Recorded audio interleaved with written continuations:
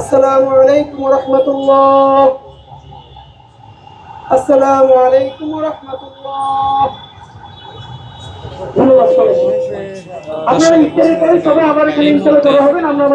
আসিয়ার যে গায়েবানা জানাজা সেটি কিন্তু এই মুহূর্তে শেষ হয়েছে। আপনারা জানেন আমার বোন, বাংলাদেশের দুঃখিনী বোন আসিয়াকে যেভাবে হত্যা করা হয়েছে ধর্ষণ করে, এত নিষ্ঠুরতম, এত বর্বরতম হত্যাকাণ্ড, এটার বিরুদ্ধে আমরা গত 4 দিন আগে বাইতুল মোকাররম থেকে মিছিল নিয়ে এই শাহবাগের জাদুঘর পর্যন্ত এসেছিলাম।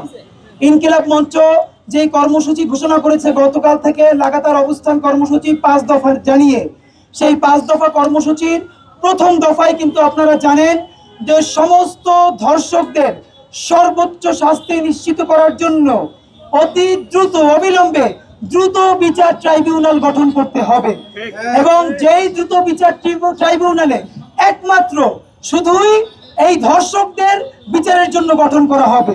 দেশ জুড়ে তোলপাড় ওয়ালটন এন্ড ফ্রিজ কিনে আপনিও হয়ে যেতে পারেন মিলেনিয়ার। বাংলাদেশে অনেকেই এটা জানে না যে মৃত্যুদণ্ড বাংলাদেশের আইনে কিন্তু আছে ধর্ষণের শাস্তি হিসেবে, কিন্তু আমরা অনেকেই দাবি করছি যে মৃত্যুদণ্ড চাই, মূলত এটার কার্যকারিতা নাই। এর কারণ হলো আইনের দীর্ঘসূত্রিতা এরকম, আপনারা জানেন যে যখন নারী ও শিশু ট্রাইব্যুনাল থেকে ধর্ষণ মামলার রায় হয়, তারপরে যদি কাউকে ফাঁসি দেওয়া হয়, সেই ফাঁসির বিপক্ষে তারা তারপরে হাইকোর্টে যায়। হাইকোর্টেও যদি তাকে ফাঁসি রাখা হয় বা না রাখা হয়, সেইটার পরে তারা অ্যাপিলেট ডিভিশনে যায়। সেই অ্যাপিলেট ডিভিশনে তারপরে যদি তাকে ফাঁসি রাখা হয়, তারপরে তারা আবার কিন্তু রিভিউ পিটিশনে যায়। এবং এইটা আমি যত সহজে বললাম, এই যে আপনার ট্রাইব্যুনাল থেকে হাইকোর্ট, হাইকোর্ট থেকে অ্যাপিলেট ডিভিশন থেকে রিভিউ পিটিশন, এই প্রত্যেকটার মধ্যে কমপক্ষে 1.5 থেকে 2 বছর সময় লাগে। এর মানে মামলা হওয়া থেকে আপনি যদি ফাঁসির রায় আনা পর্যন্ত কমপক্ষে 7 থেকে 8 বছরের আইনি ঝামেলার মধ্য দিয়ে যেতে হবে। এবার আপনি ভাবেন, যেই বাবার মেয়ে ধর্ষিত হয়ে মারা গেছে, তার সমস্যাটা ভাবেন, একে তার সন্তান মারা গেছে, এরপরেতে 1 মাস 2 বছর, 1 বছর 2 বছর না, 7-8 বছর তাকে আদালতে পড়ে থাকতে হবে। এবং এই প্রত্যেকটা আদালতে, প্রত্যেকটা শুনানিতে আপনাকে কিন্তু হাজার হাজার টাকা, এর মানে গত 7-8 বছরে লাখ লাখ টাকা খরচ করতে হবে।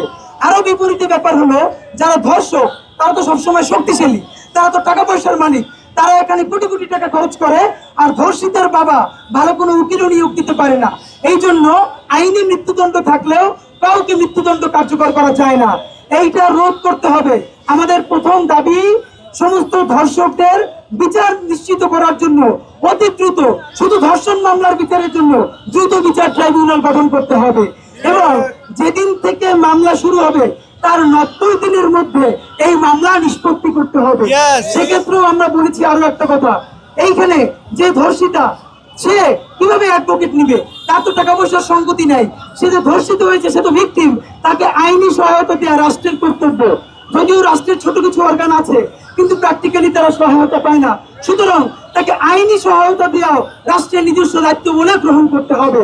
সুতরাং আপনাদের মাধ্যমে জানাতে চাই, আপনারা যদি আর না চান আর কোনো আসিয়া বাংলাদেশে হোক, আপনি আজকে আসিয়া গরিব বলে আসিয়ার জন্য আপনি আইন করতে ভয় পান, আপনি চক্ষু বন্ধ করে দেখেন, এই আসিয়া আপনার মেয়েটা, আপনার সন্তান, আপনার ভাগ্নি, আপনার ভাতিজা, আপনি নিতে পারবেন? আজকে যদিও আইন উপদেষ্টা বলেছেন 7 দিনের মধ্যে তার বিচার কার্যক্রম শুরু হবে, এখানেও কথা হলো যেহেতু সব রায় আছে, আগামী কালকে শুক্র শনির পরে রবিবারই শুরু করতে পারলে দৃষ্টান্তমূলক ব্যবস্থা হতো। এরপরে কথা হলো আসিয়ার ব্যাপারে সারা বাংলাদেশ কথা বলেছে। ভাই, বাংলাদেশের প্রত্যেকটা ঘরে ঘরে কম বেশি ডোমেস্টিক ভায়োলেন্সে শিশুরা ধর্ষণের শিকার হয়। তাদের ব্যাপারে কে প্রতিদিন ভয়েস তুলবে? আপনারা আজকে মিডিয়ার ভাইয়েরা আছেন, আপনারা প্রতিদিন কার কার ঘরে যাবেন বলেন? সুতরাং ধর্ষণ, আবার অনেকে একটা কথা বলে, পরিবারের মধ্যে যে ধর্ষণ হয়, ডোমেস্টিক যে ভায়োলেন্স হয়, সেখানে রাষ্ট্র কি করবে? এটাও খুবই একটা বোকা কথা। এর কারণ, পরিবারে যে ধর্ষণ করে তাকে যদি রাষ্ট্র শাস্তি নিশ্চিত করতে পারে, তাহলে আর পরিবারের মধ্যে ধর্ষণ হবে না। এই কারণেই ধর্ষণ হয়, তারা জানে ধর্ষকের বাংলাদেশে কোনোদিন কোনো শাস্তি হয় না, কোনো বিচার হয় না। আর একটা কথা আপনাদের মাধ্যমে জানাতে চাই, গ্রাম বাংলায় কালচার দেখেন, একটা ধর্ষণ করার পরে 20,000-25,000 টাকা দিয়ে সালিশি কইরা দেয়। ভাই, এগুলো কেমন কথা? এখন এইটা কেন? এইটা ওই যে রাষ্ট্র ওইখানে সে শক্তিশালী হতে পারে না, এই জন্য ধর্ষিতের বাবা মনে করে আইনের সাপোর্ট তো পাবোই না, তাও যদি গ্রামের লোক দিয়ে 20,000 টাকা পাই যদি কিছু হয়। সুতরাং আমরা বলতে চাই, আর যদি কোনো আসিয়াকে আপনারা দেখতে না চান, তাহলে অতি দ্রুত বিচার ট্রাইব্যুনাল করে 90 দিনের মধ্যে মামলা নিষ্পত্তি করার আপনারা সিদ্ধান্ত নিন।